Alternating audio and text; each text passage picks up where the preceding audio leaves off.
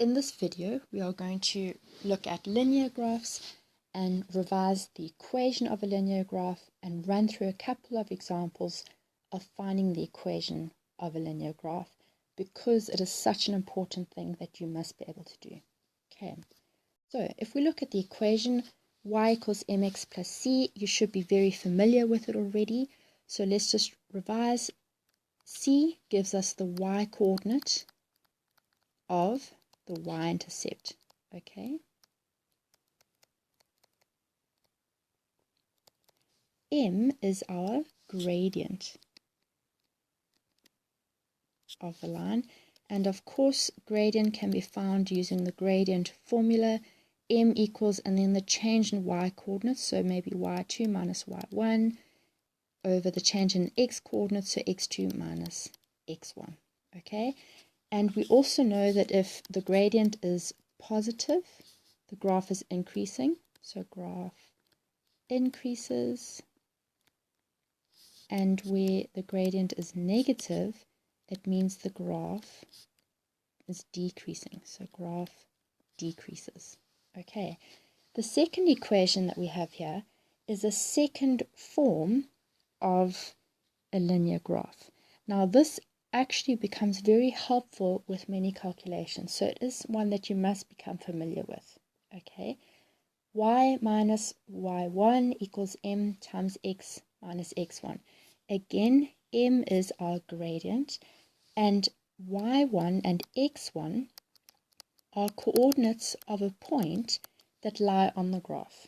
Okay, so coords of a point on the graph, which means that if you want to find the equation of a straight line, all you need to do is substitute your gradient and one point into this equation and then solve and simplify until you have your answer in standard form. Okay, so let's run through some examples of finding the equation of a linear graph.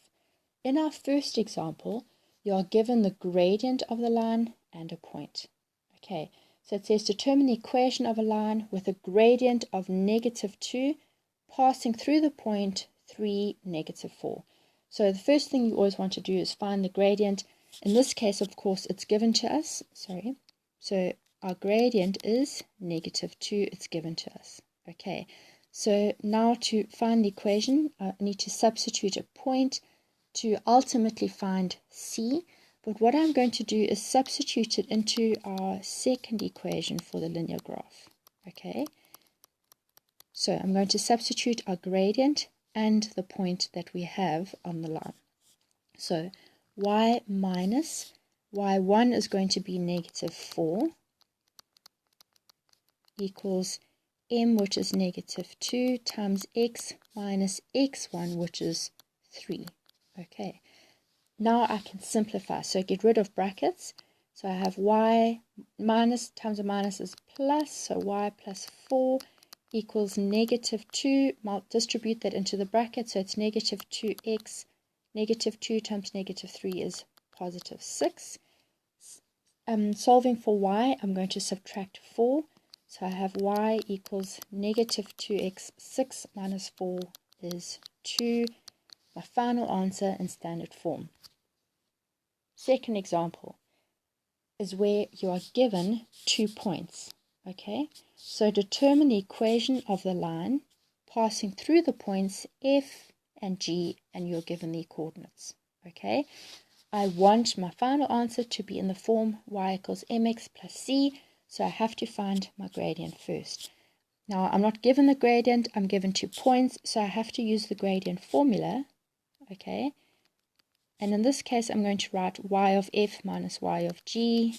You're welcome to use y2 minus y1 if you like, but this makes it very clear, not y, to me what I need to substitute where. Okay, so y of f is 2 minus y of g, which is -2. X of f is -4 minus the x of g, which is -1. And simplifying that, 2 minus -2 is 2 plus 2, which is 4, over -4 plus 1, which is -3. Okay, so then I want to again use my second formula. And all I need to do now is substitute the gradient and any point that lies on that line. So I could choose F or G, I would end up with the same answer. So I'm going to substitute F, okay? So y minus y1 is going to be 2. M is negative 4 over 3 times x minus x1 is negative 4, okay? So simplifying this, I have y minus 2 equals negative 4 over 3 times the x. And then I have negative times a negative times a negative, which makes it negative. 4 over 3 times 4 is 16 over 3. Okay, simplifying this, I add 2, and I have y equals negative 4 over 3x minus 16 over 3 plus 2. Now 2 can be written as a fraction over 3 as 6 over 3. Okay, so sorry, this is negative 16 over 3 plus 6 over 3, which leaves me with negative 10 over 3. My final answer. The third example, sorry, I just want to change my pen color, okay, is where we are given parallel lines. Okay, so determine the equation of the line that is parallel to 3y minus 2x equals 6 and passes through the point 9, negative 1.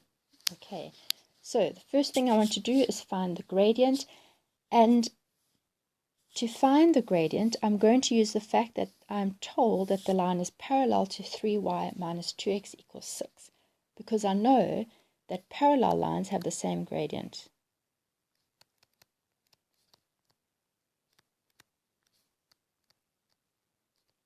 Okay, so if I can find the gradient of this line, I will know the gradient of the line that I'm looking for.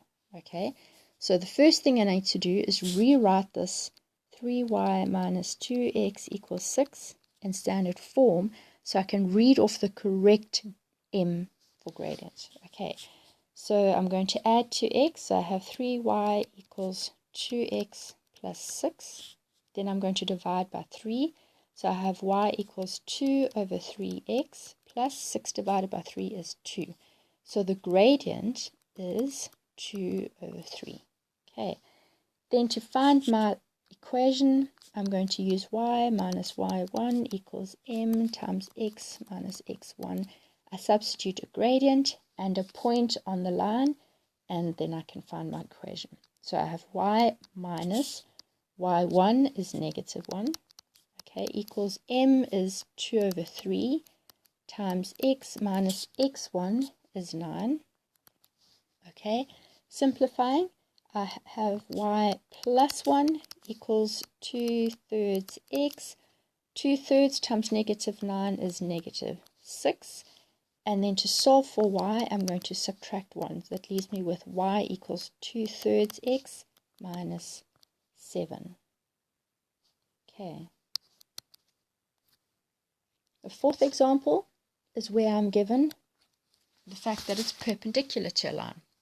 So it says determine the equation of the line that is perpendicular to y equals a half x plus 1 and passes through the point negative 6, 2. Okay, now we know that perpendicular lines have gradients that are negative inverses of each other. Okay, we also know that the product of their gradients is equal to negative 1.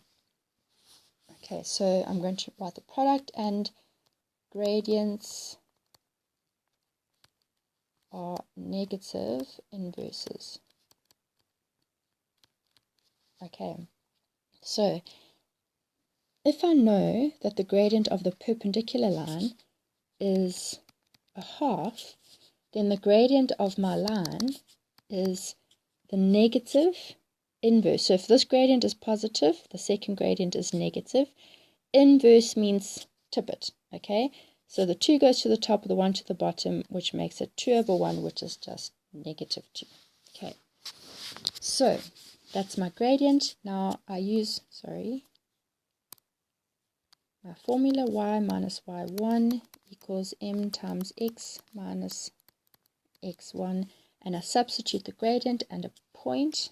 Okay, there's my point. So y minus y1 is 2 equals the gradient m, which is negative 2, times x minus x1 is now negative 6. Okay, simplifying this, I have y minus 2 equals negative 2 times x, which is negative 2x. Then I have negative times a negative times a negative, which is negative. 2 times 6, which is 12. To solve for y, I now add 2. So I have negative 2x minus 12 plus 2 is minus 10. And I have the equation in standard form.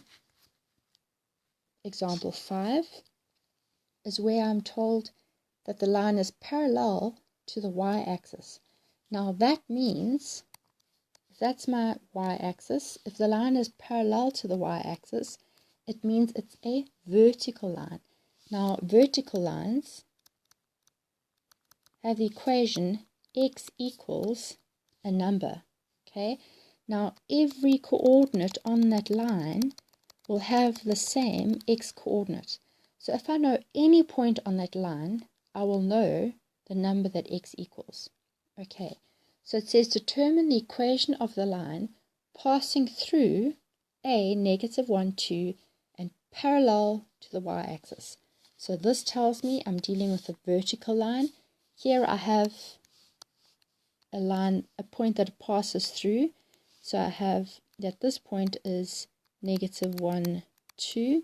So the x coordinate on any point here will be negative 1. So the equation is x equals negative 1. And final example is where you are told that a line is parallel to the x-axis. Okay, now if a line is parallel to the x-axis, it means it is a horizontal line. And horizontal lines, so horizontal line, and horizontal lines have the equation y equals a number, and that number is the y coordinate that is the same anywhere on that line. Okay, so here it says determine the equation of the line passing through a negative 1, 2 and parallel to the x-axis. So I know it's a horizontal line. Okay, there's my x, there's my y, and it passes through the point negative 1, 2. So the y coordinate on this line is the same everywhere. So that y coordinate is 2 according to this coordinate. So my equation is y equals 2.